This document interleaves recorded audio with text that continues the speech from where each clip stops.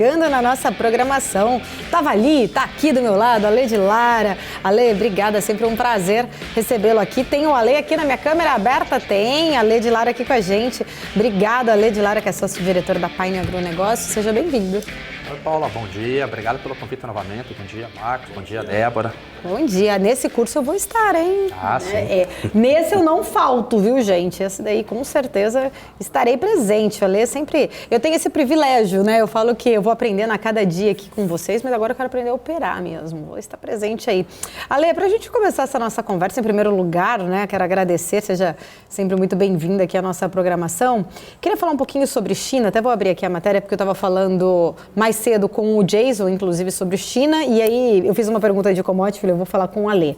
China, a maior importadora aí global de commodities, acabou com aquela exigência, principalmente dos viajantes, de cumprirem a quarentena antes de entrarem no país. Eu queria entender a sua visão em relação a isso, se você acredita que essa decisão pode, de certa forma, ajudar a impulsionar as importações chinesas, né? Que isso acaba oferecendo um suporte aí à maioria das soft commodities negociadas lá na Bolsa de Nova York. Como que você enxerga exatamente essa situação? Sim, Paula, sem sombra de dúvida, essa reabertura da China ela vai trazer um maior consumo no mercado doméstico.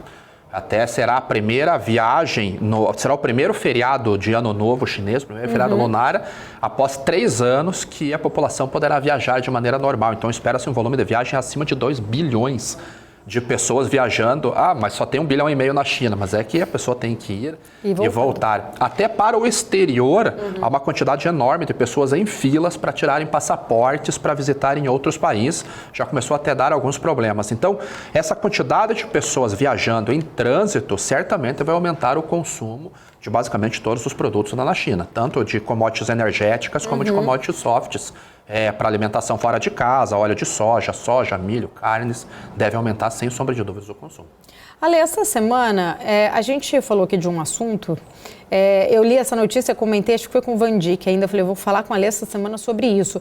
O caso do minério, né? Minério aí, o governo chinês prometeu aumentar todos os esforços para tentar regular o preço, reprimir a especulação dos preços em relação ao minério, né? A própria mídia chinesa trouxe essa informação, que a Comissão Nacional de Desenvolvimento e de Reforma informou na sexta passada estar muito preocupada com a flutuação aí nesses preços do minério. Eu queria entender primeiro as consequências na sua visão sobre isso, se pode trazer impacto para nós que somos aí, né, um dos maiores produtores e exportadores para eles de minério de ferro. Sim, pode sim, Paula, porque o minério de ferro ele é uma das commodities mais associadas a ciclo econômico. Então, sempre que a gente tem uma retração de ciclo econômico, o minério de ferro é a primeira que sente junto com o cobre, que são 2 termômetros da economia.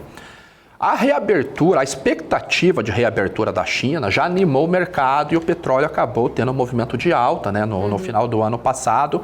E na efetiva reabertura da China, o minério caiu, porque o governo veio junto e anunciou que iria interferir e iria limitar a especulação.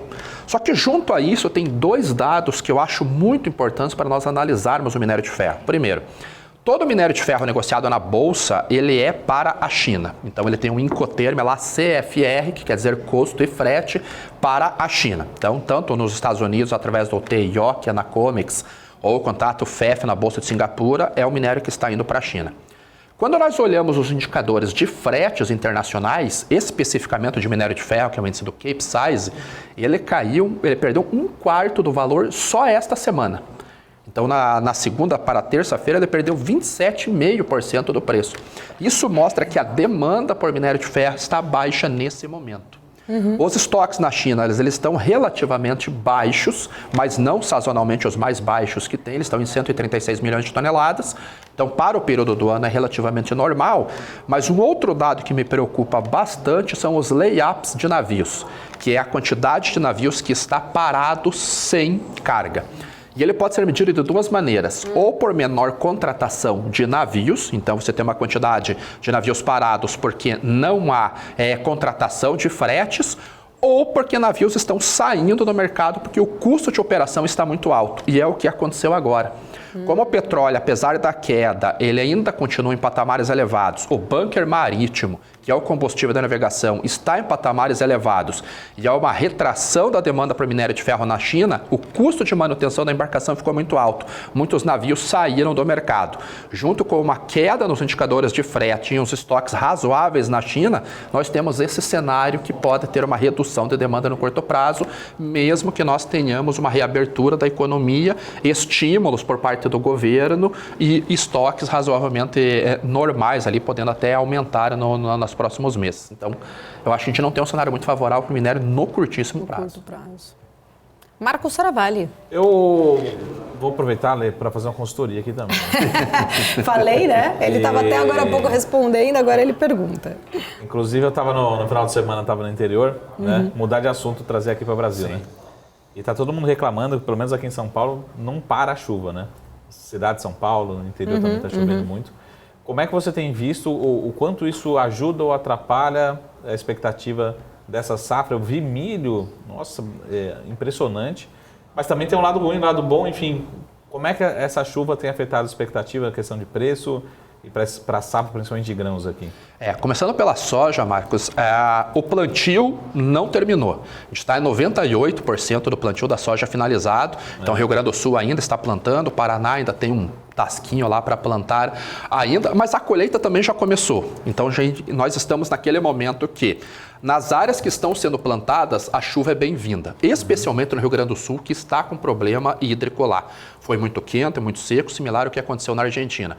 Então, a vinda de chuvas para o Rio Grande do Sul seria muito favorável. Até o próprio Paraná, em algumas áreas que o plantio está sendo realizado ainda, ou foi realizado um pouquinho mais tarde, uma chuva seria bem-vinda.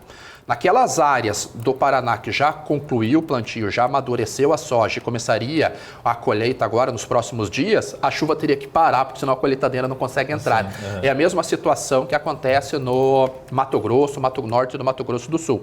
Agora teria que ter uma redução dessas chuvas para que as colheitadeiras possam fazer o trabalho. Nesse momento, a gente está um pouco atrasado na colheita de soja. No passado, a gente estaria com 4% já colhido nesse período e agora a gente está com 0,02%.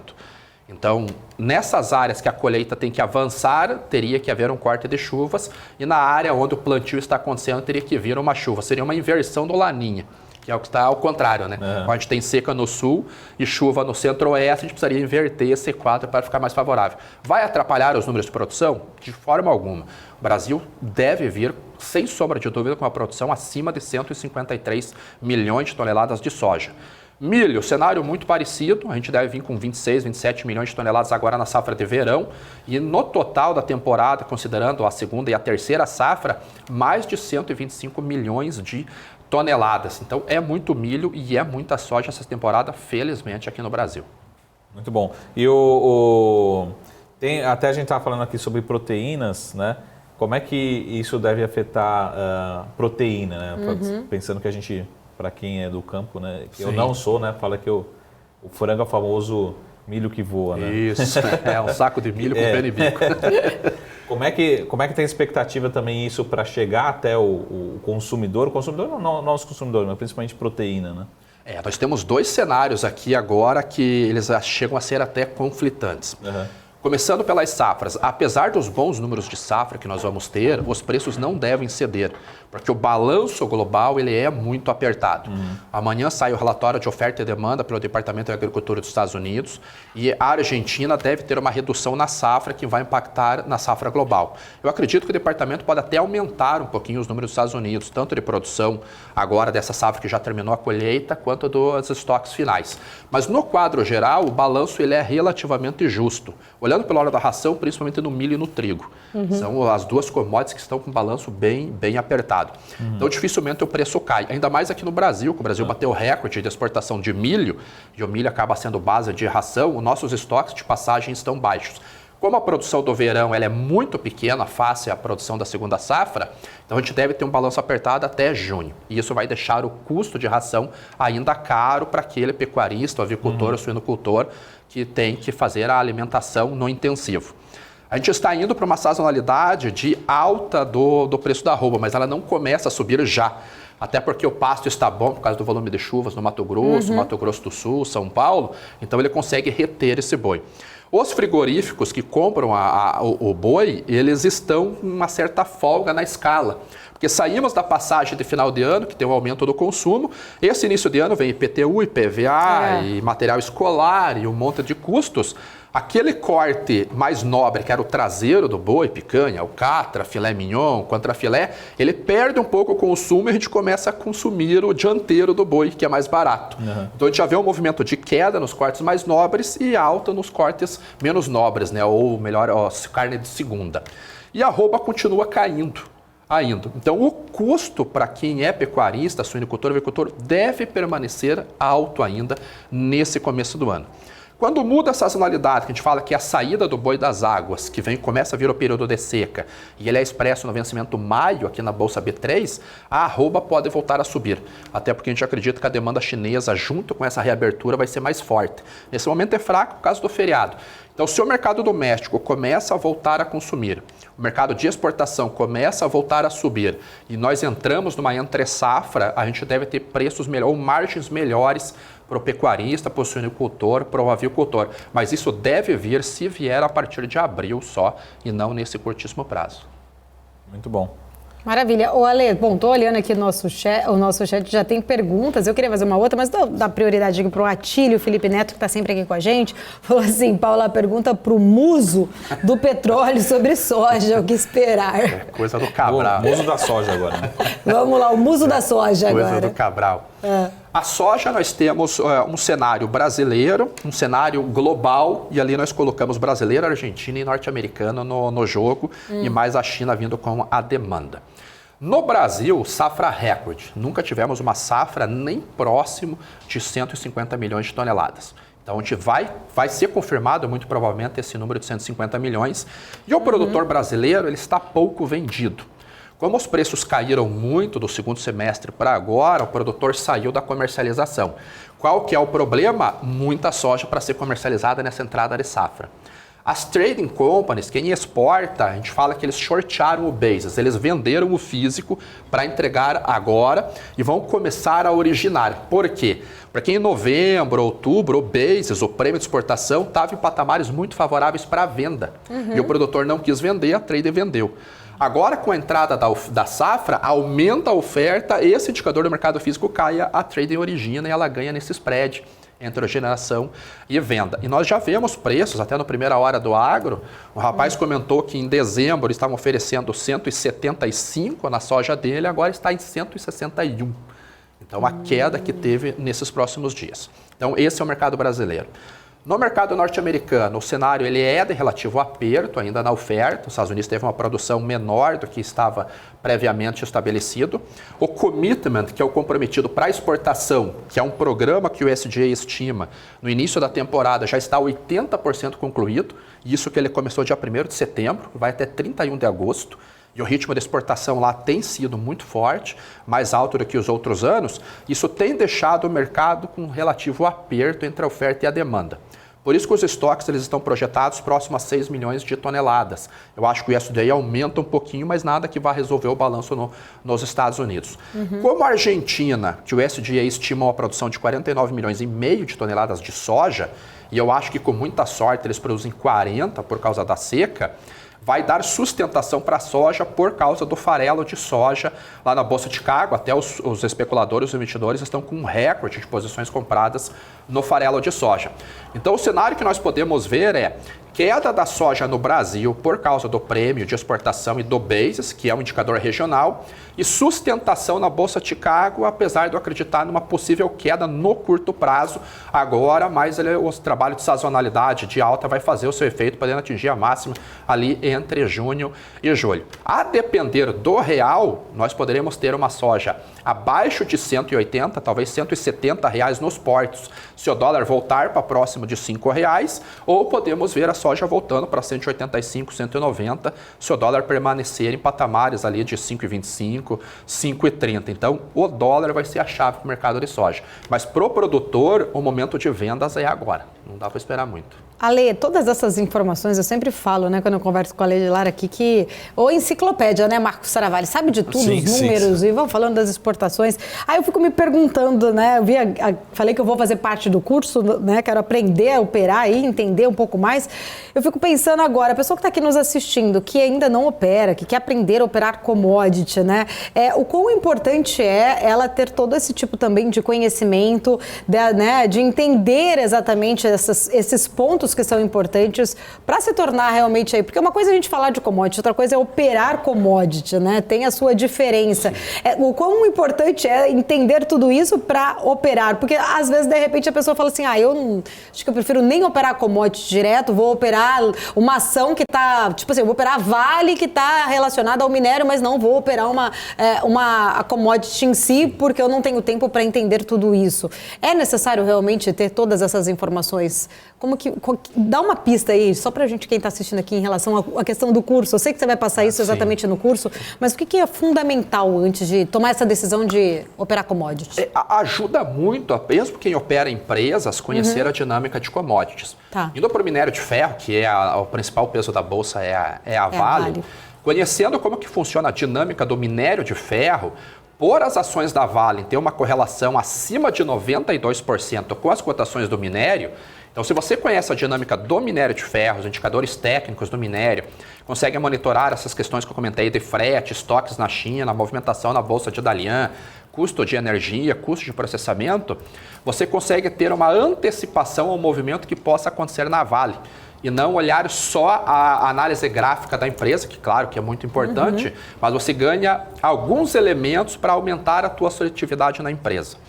Quando nós falamos de petróleo, por exemplo, falou petróleo, associa-se às ações da Petrobras, 3R e Prio. A Petrobras possui até uma correlação negativa com a cotação do petróleo, porque apesar dela exportar a commodity, ela também é consumidora para fazer os derivados, comercializar o combustível. Se o combustível não acompanhar a alta do petróleo, quer dizer que aumenta o custo da Petrobras. Então, conhecer as margens de processamento, o crack spread, do petróleo também vai facilitar para o investidor em Petrobras entender um pouco mais a dinâmica da empresa e poder se antecipar.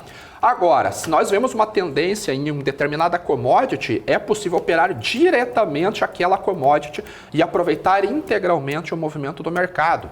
E tem como operar commodity através de contratos futuros, através de opções, através de ETFs, ETNs e também empresas correlacionadas. Então, aquilo que nós comentamos, por exemplo, sobre soja, se a gente tem uma perspectiva fundamental e análise gráfica de que a soja pode subir, por que não entrar diretamente no contrato de soja na Bolsa de Chicago e aproveitar, a gente fala o delta puro, cada centavo de dólar por bushel que sobe na Bolsa de Chicago, você tem isso como um ganho. Ou entrar diretamente no café ou diretamente no boi gordo aqui na B3, em vez de querer entrar só em Marfrig e em JBS. Então, o conhecimento de dinâmicas de commodities, além de favorecer a especulação direta na commodity, pode ajudar você a investir nas empresas que são correlacionadas à commodity. E as commodities são os ativos mais importantes do mundo. Não existe nenhum produto no mundo que não esteja, de alguma maneira, associada à commodity. Seja porque é uma matéria-prima metálica, seja porque é um custo de energia, por causa de petróleo, por causa de gás natural, por causa de fertilizante. Então, são os ativos mais importantes do mundo e a ideia nossa é levar esse conhecimento para que o investidor tenha mais assertividade nas suas posições. Maravilha. Marcos Saravalli, eu sei que você tem que sair daqui a pouco, eu vou deixar aí você já ia perguntar para o Ale aqui, para a gente, aqui na BMF, passar dois ativos aí, né? Sim. Você acha que deve continuar na tendência de queda e de baixa para a gente depois analisar? Não, isso aqui depois a gente fala nos bastidores. Mas eu queria fazer um paralelo também com dois assuntos aqui que são importantes. Primeiro, para você atualizar a gente como é que está a expectativa para fertilizantes, né? Porque a gente sabe que fertilizantes foi um assunto de 22, provavelmente vai continuar em 23, com toda a incerteza. Depois eu volto com a próxima pergunta, que é um pouquinho mais relacionada a imobiliário, né? Que você já deve imaginar. Mas fertilizantes, como é que está a expectativa para fertilizantes e como é que isso também transita nos preços, né? Ou na expectativa de preço? 2023 vai ser um ano muito bom com relação a fertilizantes em comparação com 2022. Em 2022 nós tivemos um aumento de custos muito fortes e esse aumento de custo não foi só por causa da guerra entre a Rússia e a Ucrânia, já vinha uma alta de antes por causa do gás natural, que é a base de fabricação de fertilizantes nitrogenados, né? Amônia, nitrato de amônio, sulfato de amônio, ureia. Então a gente já vinha de alta de preços do final de 2021. A guerra potencializou esse aumento, porque a Rússia é o player mais importante do mundo quando nós falamos em fertilizantes. Então os preços aumentaram de uma maneira extraordinária. Para você ter uma ideia, a ureia chegou a custar mais de $1.000 a tonelada. E o preço normal da ureia seria por volta de $350 a $400. Agora o nitrogenado já caiu bastante. O mercado já conhece a situação da Rússia, ela segue conseguindo exportar. O Oriente Médio consegue fornecer esse fertilizante nitrogenados. Então esse 2023, na verdade do segundo semestre, finalzinho do segundo semestre, ou do terceiro trimestre de 2022, nós já começamos a ver uma queda muito grande nos nitrogenados. E essa tendência deve permanecer. Até porque nós temos uma sazonalidade de baixa no gás natural agora, os estoques já foram completados no final do ano passado, o verão no o inverno no hemisfério norte, ele está mais quente do que se estimava, então vai haver um consumo menor de gás para aquecimento. Então os preços voltando à normalidade, o custo do fertilizante também volta à normalidade e eu vejo um viés de queda, principalmente no primeiro trimestre. O potássio, que nós temos 3 grandes fornecedores, que é a Rússia, a Bielorrússia e Canadá. A Rússia consegue exportar, Bielorrússia, apesar das sanções norte-americanas desde o início do ano passado, por causa daquele problema com jornalistas que foram sequestrados pelo Lukashenko, ela ainda consegue exportar alguma coisa, consegue suprir algum país que não esteja sancionando a Bielorrússia, como é o caso da Índia, por exemplo, que é um dos maiores consumidores globais, e o Canadá conseguiu suprir nesse ano que passou, no segundo semestre, a demanda global. E agora a gente também tem uma redução do potássio, do cloreto de potássio aqui no Brasil, então a gente também tem um viés de queda para os preços. O fósforo, que acabou subindo no finalzinho do ano passado, que é o MAP, o DAP, superfosfato simples, superfosfato triplo. Eles subiram, mas a demanda já reduziu também, então os preços já começaram a cair nessa primeira semana. Então, em relação a 2022, os custos melhoraram muito, as relações de troca melhoraram muito. Isso com certeza vai ajudar na expansão diária. Ainda mais quando nós olhamos para o mercado norte-americano, que vai começar a plantar daqui 4 meses, a gente vai ter um custo muito menor do que o ano passado. E aqui no Brasil, a gente já começa a olhar para a aquisição de fertilizantes para a safra 23-24, já que o safrinha aqui já rodou basicamente todos os fertilizantes, um custo muito favorável nesse momento para o safrinha em comparação com o ano passado. Não que esteja folgado, mas para 23, 24 a gente vai ter custo de produção menor. Aonde que pode estar a armadilha, Marcos? Apesar da queda nos fertilizantes, se no segundo semestre a commodity também cair, a gente tem uma piora na relação de troca, que é quantas sacas de milho ou de soja eu preciso para comprar 1 tonelada de fertilizantes. Então a gente pode ter uma queda nos dois e essa relação de troca ficar pior do que nós estamos tendo nesse momento. Mas só o custo do fertilizantes é uma boa notícia, que a gente vai ter preços melhores que o ano passado. Muito bom. Maravilha. Posso fazer só mais umas só aqui? Mais Ô, Marcos Saravalli, você tem que ir embora já ou não? Eu posso ficar. Mais posso 5 ficar minutos? aqui, se tiver mais umas 72 perguntas. Tudo bem, tá certo. Não, eu tenho aqui, eu quero também fazer a minha consultoria aqui, na verdade. Não, brincadeiras à parte. Ale, a gente vê muitas pessoas falando, né, com preocupações diante de algumas incertezas do cenário interno ainda, econômico, mas também toda essa pressão, vamos colocar assim, de recessão, de falta de crescimento no cenário global como um todo. Eu queria entender, pensando pelo lado do investidor, né? Por exemplo, o investidor que quer realmente, às vezes, se proteger ou começar a entender um pouco mais em operar commodity, usar isso como uma estratégia de diversificação também de portfólio, de carteira, né? Não estar só alocado ou só renda fixa ou renda variável, mas entender um pouquinho mais sobre essas características, né? De ter essa diversificação através das commodities. Muita gente, às vezes, a gente fala em ouro como uma proteção, mas existem outras commodities também que podem ser usadas também aí como uma proteção. Queria que você falasse um pouquinho mais pra gente. Quais são as que são mais procuradas num momento, de repente, de incertezas como nós estamos vivendo, além do ouro? Porque muitas vezes a gente fala do ouro só, né, especificamente. O ouro e a prata são ativos que a gente fala como reserva de valor. Apesar de eu acreditar que o ouro não é reserva de valor, mas um seguro contra a volatilidade. Sim. Quando nós vemos preços oscilando muito, aí 5%, 6% ao dia, você vai ver o ouro lá está 0,3%, 0,4%.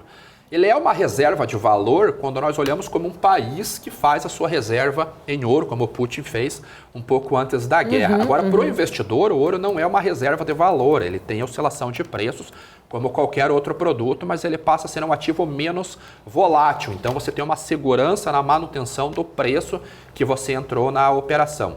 A prata também tem esse viés, só que ela tem uma volatilidade um pouquinho maior que o ouro, porque o uso industrial da prata é maior do que o ouro. O ouro ele vai muito para joias e tudo mais. Agora a prata não, vai para instrumentos musicais, vai para alguma fiação de alta tecnologia, vai para o setor odontológico. Então a prata tem essa volatilidade um pouquinho maior. E commodities costuma ser seguros hedge contra a inflação.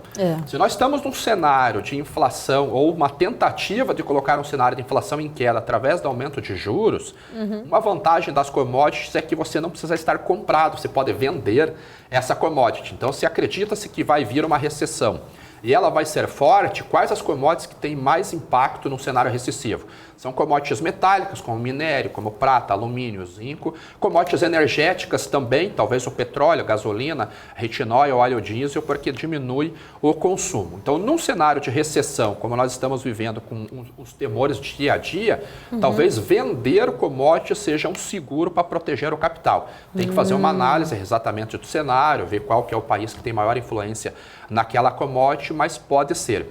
Commodity específica vai depender do fundamento de cada commodity, porque a recessão ela atinge um dos fundamentos que é o consumo, que é a demanda. Se o balanço estiver muito apertado, mesmo com uma recessão, a commodity pode subir. E há commodities que são mais resilientes à recessão, como é o caso de alimentos. Então, óleo de soja vai cair tanto quanto o minério de ferro? Muito difícil, porque a pessoa vai continuar se alimentando, preparando o alimento. O algodão deve cair mais do que o milho, por exemplo, porque eu posso postergar a compra de uma camisa mais à frente, mas vou continuar comprando algum alimento à base de milho, à base de trigo. Então, tem que analisar o balanço de cada commodity, mas é possível operar a recessão através de commodity shortando ou vendendo essas posições. Aí preciso, realmente fazer esse intensivo. Serão 3 dias de curso? Como que vai ser? São 3 dias. 3 dias. Vai ser dia 4 e 5 presencial aqui, com transmissão online. Aqui na BMC, no sábado, dia 4, Deixa eu só frisar uma coisa, transmissão online é para os inscritos, tá? Porque às vezes a pessoa que está aqui assistindo vai achar que a gente vai transmitir. Não, é só para os inscritos, vai.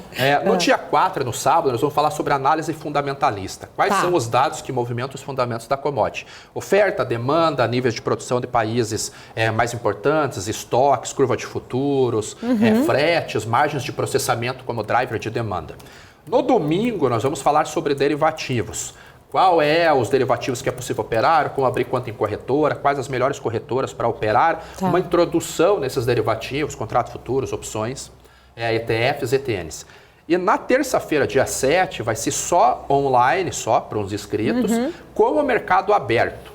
Aí sim nós vamos mostrar como operar, como montar uma operação simples através de opções, uma call a seco, uma put a seco, até operações mais complexas, Iron Condor, Butterfly. Então, é um curso realmente completo, de fundamentos a derivativos e a estratégias de exposição em commodities, 100% focado em commodities. Maravilha! E no sábado de carnaval, não, só carnaval não tem.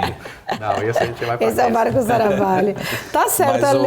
Ale, só fazer uma pergunta também em relação à informação. Hoje em dia, a gente acha que, é lógico, tem plataformas para encontrar informações, que você tem informação do mundo todo, né? Mas hoje em dia, grande parte são informações públicas, e isso aí a gente vai ver também, Mas tem muita coisa que a gente consegue acessar pela internet mesmo, Sim. Informação de preço, formação de preço, às vezes margem, expectativa, projeções, tudo isso tem... Tudo gratuito. Gráfico, hoje você consegue gráfico, inclusive, de cotações na China. Há sites que mostram cotações na China. Claro que plataformas profissionais ajudam, porque a informação sai em primeira mão, coloca-se alerta e há informações que só Bloomberg e Refinitiv tem. Mas para o investidor operar, a quantidade de dados públicos que tem disponíveis hoje é fantástica. Mais do que fantástica. Mais do que suficiente para ele poder operar. Se ele não é um profissional da área que vive 24 horas, ele tem mais do que informações suficientes para poder fazer as operações, sem sombra de dúvidas. Maravilha. Ale, quero agradecer. Obrigada sempre por estar aqui com a gente. Ale que está todas as manhãs, inclusive aqui na nossa programação, contribuindo muito para a construção do BMC News. Obrigada, sempre um prazer. Eu que agradeço, Paulo. Prazer é meu. Obrigado.